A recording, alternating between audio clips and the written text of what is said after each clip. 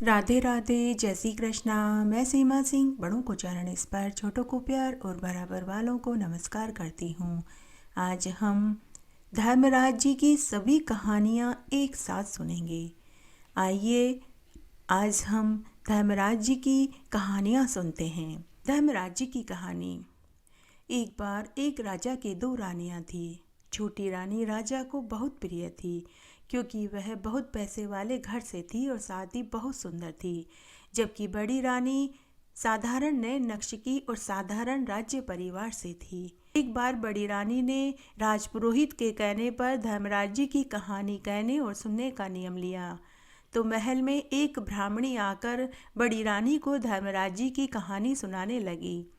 जब छोटी रानी को पता चला तो उसने भी देखा देखी करी। तब दूसरे दिन ब्राह्मणी बड़ी रानी को धर्मराज जी की कहानी सुनाने आई तो छोटी रानी ने अपनी दासियों को भेजकर ब्राह्मणी को पहले अपने महल में बुलवा लिया। जब ब्राह्मणी छोटी रानी के महल में आई तो छोटी रानी ने कहा कि अरे ब्राह्मणी, आज से तुम रोज पहले मुझे धर्मराज जी की कहानी सुनाया करो, उसके बाद में बड़ी रानी को सुनाया करो। तब ब्राह्मणी ने ऐसा ही किया। ब्राह्मणी ने छोटी रानी को धर्मराज जी की कहानी सुनाई।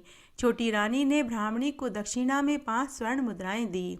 ब्राह्मणी बहुत खुश हुई क्योंकि बड़ी रानी तो एक मुट्ठी ज्वार और एक मुट्ठी बाजरी देती थी। अब वह ब्राह्मणी भी दोनों रानियों में भेदभाव करने लगी। ब्राह्मणी छोटी रानी को बड़े ही धीरे धीरे और अच्छे से धर्मराज जी की पूरी कहानी सुनाती क्योंकि उसे रोज दक्षिणा में 5 स्वर्ण मुद्राएं मिलती थी, जबकि बड़ी रानी को वह जल्दी जल्दी अधूरी कहानी सुनाकर चली जाती थी। तब एक दिन बड़ी रानी ने ब्राह्मणी से कहा कि हे देवी, आप आराम से धर्मराज जी की कहानी सुनाया करो तथा धर्मराज जी की कहानी पूरी सुनाया करो।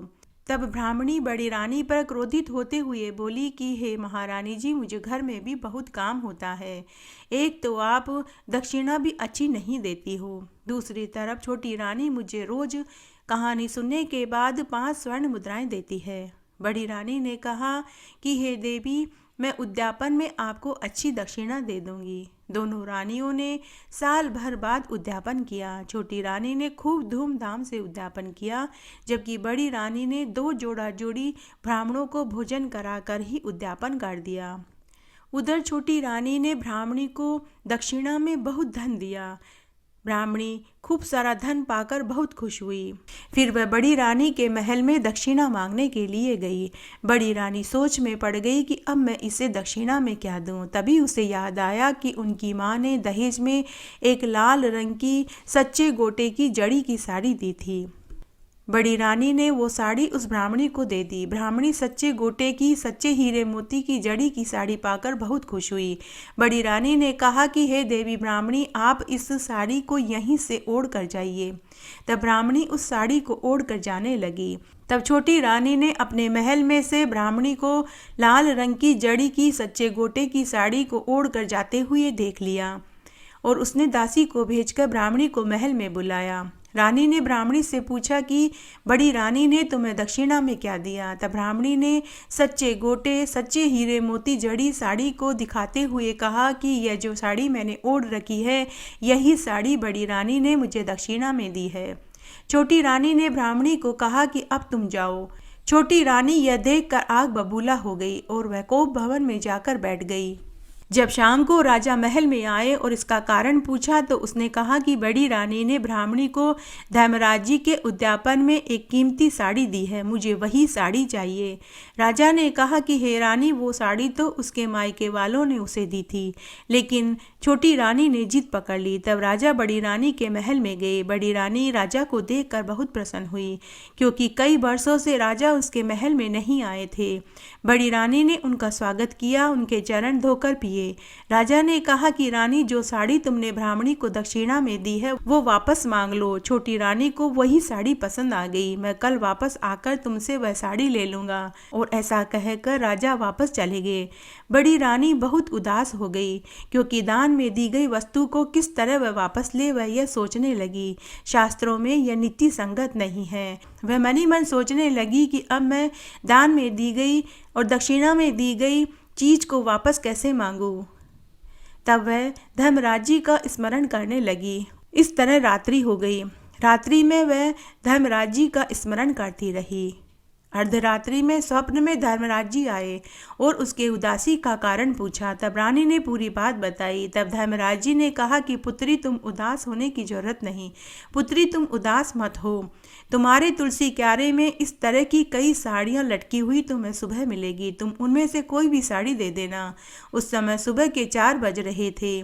बड़ी रानी की नींद टूट गई। उठकर उसने तुलसी क्यारे को देखा तो वहाँ बहुत सी साड़ियाँ सच्चे गोटे हीरे मोती की लटक रही थी। रानी ने धर्मराज जी को प्रणाम किया और शुक्रिया कहा। सुबह राजा, एक मंत्री और छोटी रानी के साथ बड़ी रानी के महल में आए और आते ही पूछा कि हे रानी, क्या तुमने दक्षिणा में दी गई साड़ी मंगवा ली? तब बड़ी रानी राजा, रानी और मंत्री को लेकर तुलसी क्यारे के पास गई और बोली कि हे महाराज जी, मेरे तुलसी क्यारे में ऐसी बहुत सी साड़ियाँ लटक रही है।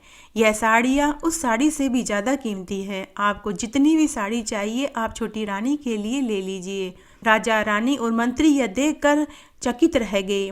तब मंत्री बोला कि महाराज जी, यह सब कुछ बड़ी रानी के सतीत्व का प्रताप है। तब राजा ने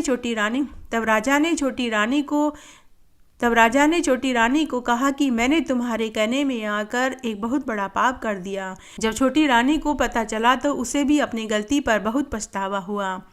बड़ी रानी के सतीत्व व धर्मराज जी का आशीर्वाद बड़ी रानी पर है। मैंने बड़ी रानी को बहुत दुख दिया है। तब छोटी रानी बड़ी रानी से अपनी गलती की क्षमा मांगने लगी। बड़ी रानी ने छोटी रानी को गले से लगा लिया। उस दिन के बाद राजा दोनों रानियों को बड़े प्रेम भाव से रखने लगे। घटती हो तो पूरी हो तो परवान चढ़े, भूले बिसरे नाम तेरे भंडार में भरे।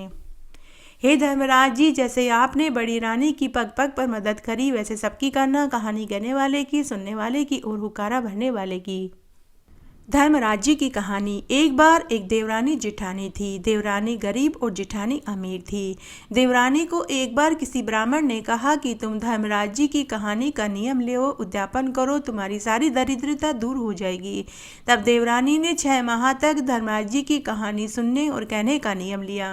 वह रोज सुबह ब्रह्म मुहूर्त में उठती, स्नान आदि से निवृत्त होकर धर्मराज जी की कहानी कहती और सुनती। उस समय 1 मुट्ठी ज्वार और 1 मुट्ठी बाजरी लेती और कहानी कहती और सुनती। फिर उस 1 मुट्ठी ज्वार और बाजरी को घर की छत पर चिड़ी कबूतरों को खाने के लिए डाल देती थी। इस तरह 6 महीने पूरे हो गए। फिर 6 महीने के बाद उसने व्रत का उद्यापन कर दिया, परंतु उसने चिड़ी कबूतरों को ज्वार और बाजरी डालना जारी रखा। तब एक दिन जब वह घर की छत पर ज्वार और बाजरी डालने के लिए गई तो वहां उसे सोने के ज्वार और बाजरी के दाने मिलने लगे।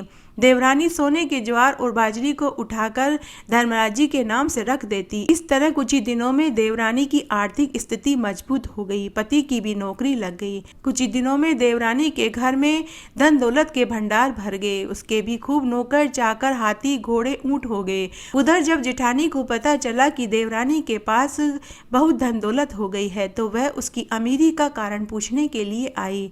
देवरानी बड़ी ही भोली थी, उसने पूरी बात बता दी। तब जेठानी ने भी धर्मराज जी की कहानी कहने और सुनने का नियम लिया, लेकिन जेठानी बड़ी ही कंजूस थी। वह 1 मुट्ठी ज्वार और बाजरी रख कर कहानी कहती सुनती, लेकिन उस ज्वार और बाजरी को चिड़ी कबूतरों को खाने के लिए नहीं डालती थी। वह रोज उसी ज्वार और बाजरी को रखकर धर्मराज जी की कहानी कहती और सुनती थी।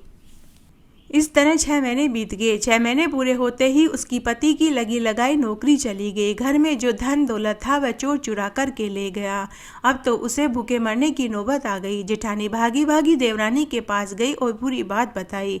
देवरानी ने कहा कि भाभी जी, 1 मुट्ठी ज्वार और बाजरी जिसको रख कर कहानी सुनते हैं उसे रोज चिड़ी कबूतरों को डालना चाहिए था, लेकिन आपने ऐसा नहीं किया।